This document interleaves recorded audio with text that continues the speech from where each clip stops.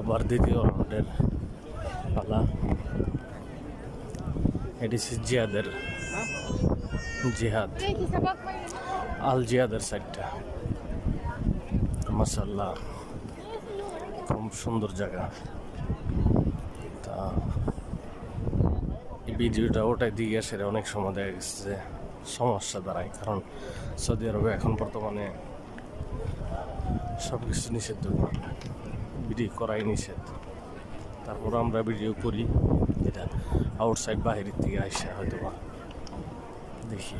সবারই তো দেখার ইচ্ছা হয়, কারণ হারাম শরীফটা হচ্ছে